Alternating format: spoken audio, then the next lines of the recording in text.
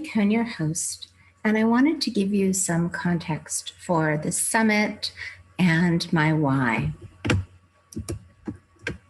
So, a little bit about me. I am the founder of a company called Vibrant Blue Oils that offers proprietary blends of essential oils designed to balance organ systems and regions of the brain.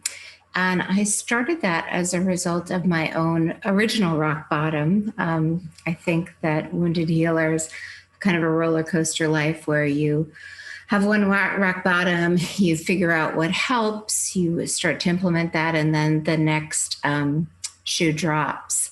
I also have a background in investigative journalism and health research. I started my career working as a staff assistant for Senator Ted Kennedy on the Health and Human Resources Committee. So it gave me a really good foundation of researching medical issues and really understanding how to problem solve and seek solutions. And I have 2 best-selling books, Essential Oils to Boost Your Brain and Heal Your Body, and Healing with Essential Oils. So my why is my son, Max Benjamin Cohen. He was born March 8th, 2006, and he died in a car accident on August 27th, 2018. There were 4 boys in the car, 1 survived, and he died on a Monday. And all of a sudden, probably like 30 people showed up at my house. I'm an introvert. His dad was in jail and ended up ultimately going to prison. And all these people are converging on me and kind of dooming and glooming. And one of them said to my daughter, you know, your mom's never going to be the same. And so my daughter came up to me and said, you're all I have, so you can't fall apart because I need you. And I kind of thought, okay, mission received, but I had no idea how I was going to do that. So I felt like Sisyphus. Every day I would get up determined to roll my rock up the hill, and it would often fall back down, and I just kept trying. And I started tracking what makes me feel better, what makes me feel worse, and keeping track and leaning into what helped and made me feel better and avoiding the things that made me feel worse. And the outcome was I actually won an award. I have it behind me. I'll show you. My Overcomer Award, which is very sweet, very thoughtful, but also kind of, I wasn't quite sure what to do with that because in my own mind, I was still Sisyphus. I was still pushing that rock up the hill and having it fall down on me. But to the world around me, I seemed to be doing okay. And I didn't really know why. So my researcher gene kicked in and I decided to figure out why do I seem to be doing better than most? And what is it that allows that so that I can share it with other people? And it turns out it's resilience. And I'm going to dive into this more, but the idea is, some families that are afflicted with trauma, one sibling seems to be okay and the other seems to fall apart. And the difference is resilience. And so in this summit, I really encourage you to listen to Dr. Robert Melilio. He talks about how he assesses trauma with the Adverse Childhood Experience score.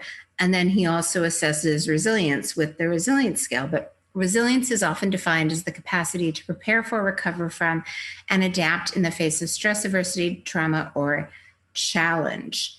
And it's not just when your child dies or your bottom falls out.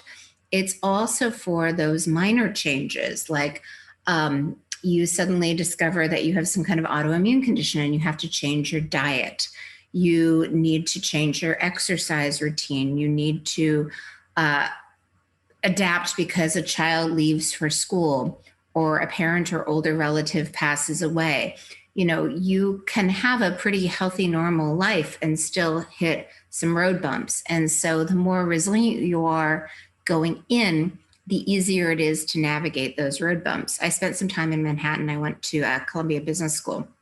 And the subway is my favorite thing, but I have a subway strategy. I always try to hold on and I always, keep my feet a little bit apart so that when those bumps come, I can navigate them.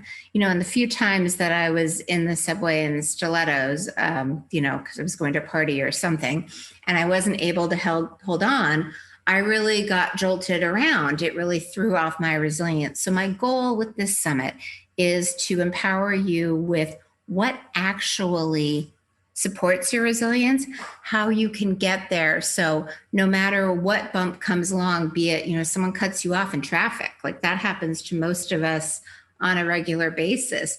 You don't blow your top. You're just able to handle it. And it also gives you enhanced energy to heal and to support your health. So resilience, it turns out, is the number one predictive factor for unlocking success in any health challenge or trauma. You need resilience in order to change your diet, improve your sleep, lose weight, keep it off, remember to take your supplements, choose to get out of the bed in the morning. Basically, all change needs resilience. And my speaker, David Perlmutter, who wrote the book Grain Brain, he basically wrote the book on diet, said he wrote his second book, Brainwash, with his son, Austin, because you need three things to help people. You need to go to medical school, you need to assess them, and then they need to actually implement the changes you give them. And he said, the man who wrote the book on diet said, you cannot start with diet, because if they're not sleeping and they're too exhausted to manage to get to the supermarket to figure out what to cook, that's overwhelming for them. They're not going to succeed. So you need to boost resilience first. This was backed up by a dear friend of mine who's worked with thousands of people. Her program offers kind of mindset support. And she was like, you have to know your why, because if you don't know your why, in the heat of the moment, if you're craving a cookie, you're going to eat the cookie. If you know your why, it's easier to pass on the cookie. And she said that she can pretty much predict success at this point by if you choose to take the mindset courses, you're going to be more successful than if you don't. So that's what the goal of this summit is. A higher capacity for resilience has been shown to help manage emotions, also like anger, frustration, impatience, anxiety, grief, depression. So that also helps to neutralize mental and physical stress responses. So basically, I've discovered how I'm still standing and what seems to help. And my goal is to share that with you. So part of this was kind of organized in a resilience scale, which was created in 1987 by Gail Wagnald and Heather Young. And it's 25 questions that I'm going to share, but it positively associated strengths such as a positive attitude, personal competence, and emotional stability. And that kind of helps you with resilience. So there are internal factors like a positive view of yourself and others, confidence in your strengths and abilities, being able to manage strong feelings and impulses, impulse control, developing good problem solving and communication skills, feeling like you have some sense of control in your own life and not needing to control others to get that, seeing yourself as empowered rather than victimized, coping with stress in healthy ways as opposed to unhealthy ways, finding positive meaning in your life, expressing gratitude, being optimistic and realistic, focusing on the present, reconnecting with at least your spiritual goals, and creating goals and plans, being a forward thinker. And also external factors like seeking help and accessing resources and helping others. So I just liked this little graphic. I thought it did a nice job of kind of explaining the resilience landscape. Here are the resilience scale questions. You can find them in the resilience guide that you got as a free gift when you opted in, and also on my website at Vibrant Blue Oils if you just search resilience scale. But basically, these are the traits of resilience: optimism, belief in self, control of self, willingness to adapt, willingness to be flexible, the ability to solve problems, emotional awareness, social support, and sense of humor. And we're covering all of these in the summit. In this summit, you're going to walk away with really actionable steps for how to support the physical, emotional, spiritual, and mental domains of resilience. So here's a quick snapshot of this week. On day one, we're doing mental resilience and mindset. Day two, immune resilience. Day three, stress resilience. Day four, environmental resilience. This is one that's really overlooked because toxicity and toxins can take a really heavy toll on draining your emotional reserves. And so the more you can ensure that the garbage leaves your body, the healthier you're going to be and the more resilience you're going to have. Uh, Day 5, personal resilience and personal responsibility, fortification. Day 6, relationships. And day 7, emotional resilience. So I hope you're going to tune in for all of them. There are some really great speakers on every day. For the purpose of this talk, I really kind of narrowed it down to 10 things that I found to be incredibly helpful. Some of them I was already doing, which helped me to start. And some of them I learned, through trial and error, what baptism by fire, trying to learn to swim by drowning. So the first one that I talk a lot about is sleep. Sleep is really the critical foundation for resilience, because if you're not well rested and you really don't get that house cleaning activity when you're sleeping, everything else is going to feel harder. So we have Dr. Christine Schaffner talking about sleep. Misty Williams is talking about sleep. There are a bunch of people that are going to help you have better strategies to both fall asleep and sleep through the night. Diet, the nutrients you consume as part of a healthy diet are the building blocks of resilience, and also your ability to digest, absorb, and assimilate them.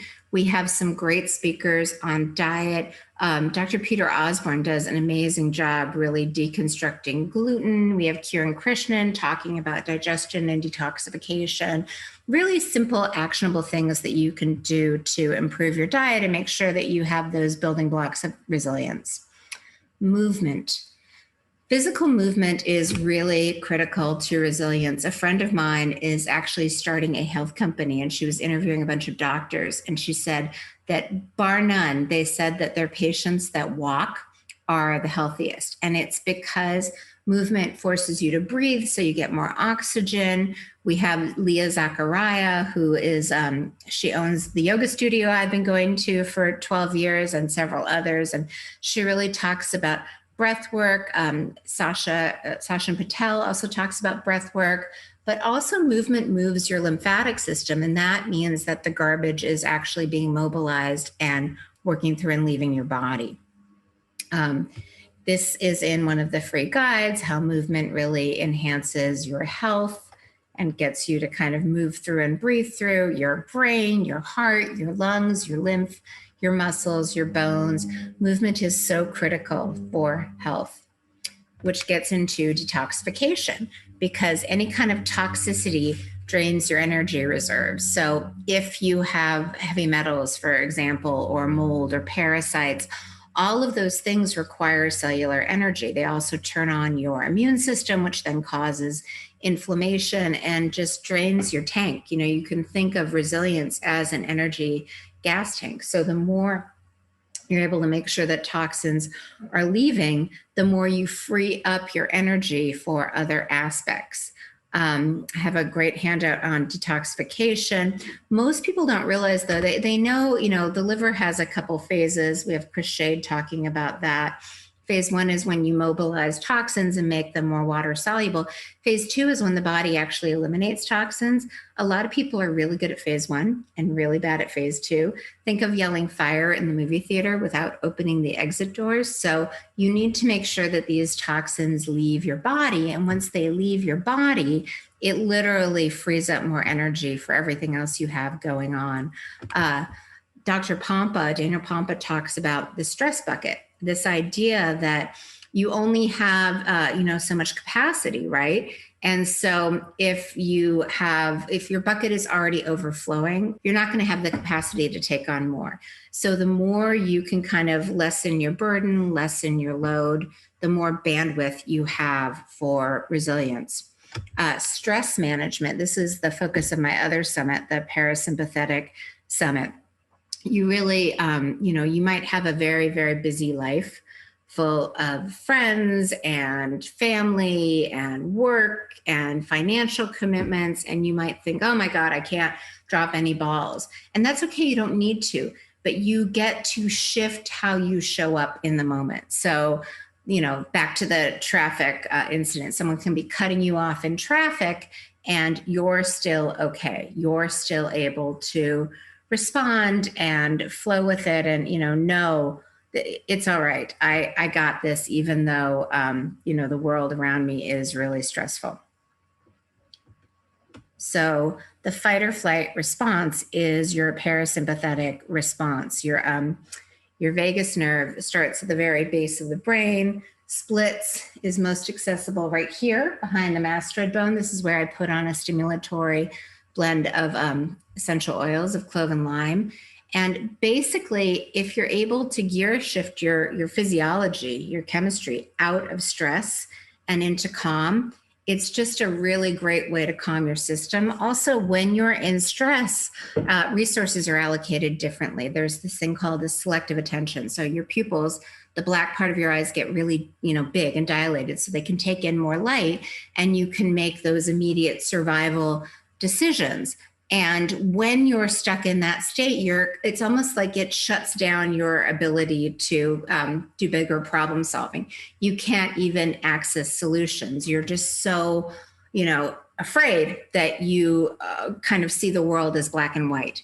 And when you're able to gear shift into the sympathetic state, when you're not in danger, you can take in far more options. So that's really one of the key takeaways. If you can recognize, wow, I'm really stressed right now. I'm really kind of overwhelmed. I don't quite know how I'm going to handle this, and find a way to calm your nervous system, to do box breathing, which Alyssa Song talks about, to use an essential oil, even to just go outside and be in nature.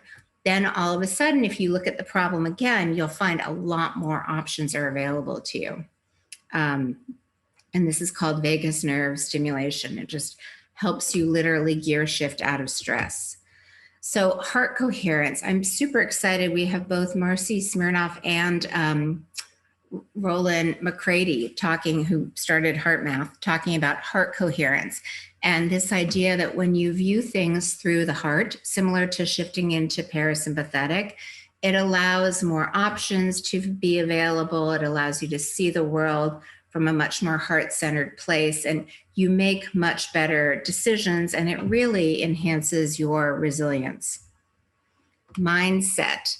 This is really kind of the key to everything. It's a collection of thoughts or beliefs that orients the way you navigate situations. So how you think, what you feel, what you do, and it determines whether you give up or push through, whether you, back to Sisyphus, whether you say, I'm done, I'm dropping this rock, we're not going any further, or you say, okay, this is hard. My moment with my daughter, I have no idea what I'm doing, but I'm going to just keep trying. I'm not going to give up. But even though I know I have hard days, that's the irony. It's not like grief goes away or time heals all wounds. Like, I still miss my son every second of every day. I've just learned to live with chronic pain. I've learned to allow myself to be happy even when I'm sad. It's the and. Lisa Fraley and I talk about this. I can be sad and still laugh. I can be sad and still go out and do things and make new memories. So it's figuring out how to do that. And that's so critical to mindset. And then this is kind of my favorite variable of this. This is aspect of personal responsibility. Taking responsibility for your actions and choices without assuming responsibility for others' choices and feelings. In every situation, you can really look at it. Everything that goes wrong, Leah Zachariah wrote this great book called Seen, and she talks about a betrayal. And she really gets closure with this relationship, with this beautiful letter where she takes responsibility and says, listen, I see that these choices that you made, I can see where I had an impact on them, and I own that. And I don't, this relationship can't continue. We're done. I wish you well. I don't blame you. I'm not going to be in victim. It's just this wonderful way of the word responsibility breaks into response and ability, or the ability to choose your response to external circumstances. And when you accept responsibility for your circumstances, you're better able to change circumstances. And it's also a great way to kind of navigate any bump in the road. Like a good friend and I had a hiccup, and she was upset with me for things that I wasn't aware of previously. And I was able to see like, oh, that makes sense. And just say like, yeah, God, you're right. I'm really sorry. I didn't see it that way. I won't do that again. And the moment I kind of owned it, then it almost like takes, the momentum out, the sting out of it, because it's not there's no conflict anymore. I broke my hand. It's not like she's pushing and I'm pushing back. It's like she's pushing, I'm saying, oh gosh, you're right. Let's work on this together. So it allows you to kind of release thought patterns that make you feel disempowered, like victim mentality, blame, judgment, virtue signaling.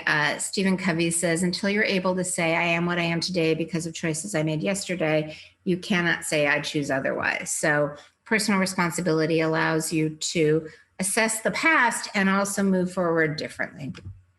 And this gets into the victim mentality. So the victim mentality, whenever we choose to focus external blame on others or choose to see ourselves as a powerless victim, we are allowing ourselves to step into the victim mentality.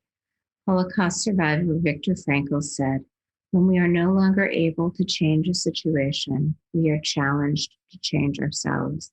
Changing ourselves means releasing any blame or judgment we might feel toward others and stepping into personal responsibility. This was a really big one for me after Max died, because everyone really kind of gave me, the pity looks. Like I'd be in line at the bank and they'd be like, oh, I'm so sad for you, and maybe I was having a good day in that moment. And so I had this constant choice of, do I match their energy and show up broken? Or do I say, thank you in a kind way?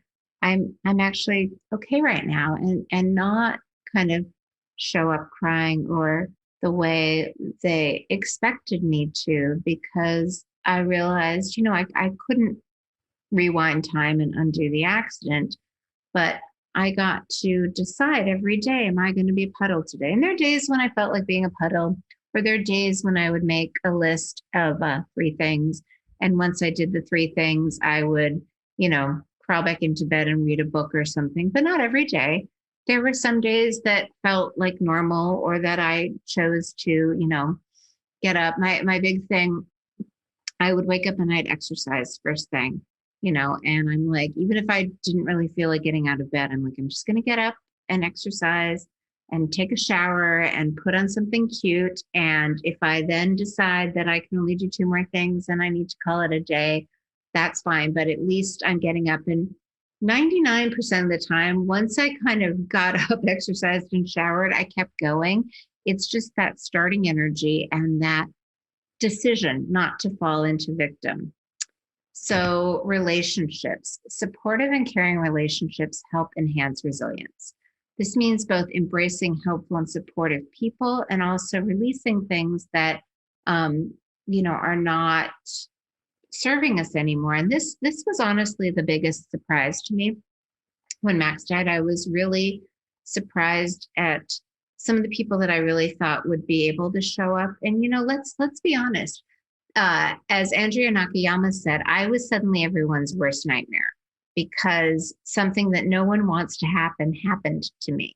And there's this book, the New York Times editorialist, From Beirut to Jerusalem. And after I was in New York for 9/11, and afterwards I read that book, and it's all about, if you survive something horrible, you have to kind of ascribe a story to it. So when Beirut was being bombed, the people who survived the bombing made up this story. Well, I was walking on the left side of the street, and that's what kept me safe. And so they had to kind of, and the people that died, they were on the right side of the street. So suddenly people had to vilify me, because if I was a good person and something bad happened to me, then they could be a good person and something bad would happen to them. Or they had to kind of create their own story to reconcile what happened in their mind. And when they did this, they needed me to show up in a certain way. It was almost like they wrote a script and I was supposed to play out my role. And sometimes the role wasn't a fit,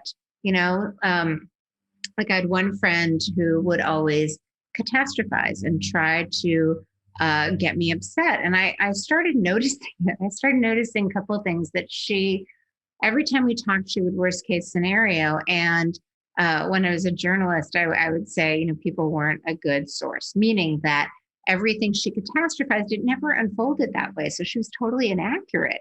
So at a certain point, I realized I couldn't allow that kind of direction in conversation. So I started cutting it off. And this person really needed that agenda. And I realized there were a lot of aspects at play, control and other things, but I let that relationship go.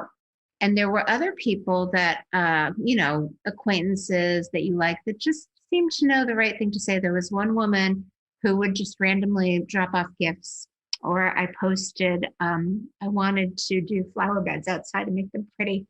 And she showed up and did it for me, just these lovely people that show up in amazing ways. And then other relationships, we had hard conversations. We had very vulnerable, very honest conversations where people said, you are living my worst nightmare. And when we were able to talk about it, we were able to talk through it. So it reminded me, when people complete, an addiction program and their former friends were their drinking buddies. And it's very hard to recalibrate that relationship when you've shifted. And so that's one thing that surprised me. But, now that I know it, I might have prepared differently and better. And the final thing is this idea of emotional regulation, the ability to manage strong emotions and impulses. And that can help you deal with whatever comes your way with more balance, clarity, and self-assurance rather than anger, impatience, frustration, or anxiety. And what I mean by that is it's very easy, especially when something horrid happens, to be destabilized, to feel like you're reactive and not proactive. And one of the things that I've taken to do is I pause. I don't respond right away. If an email upsets me, if a text message upsets me, if something on social media upsets me, I take a pause. I don't respond. Or if it's very upsetting, what I'll do is I'll draft a response that I don't send.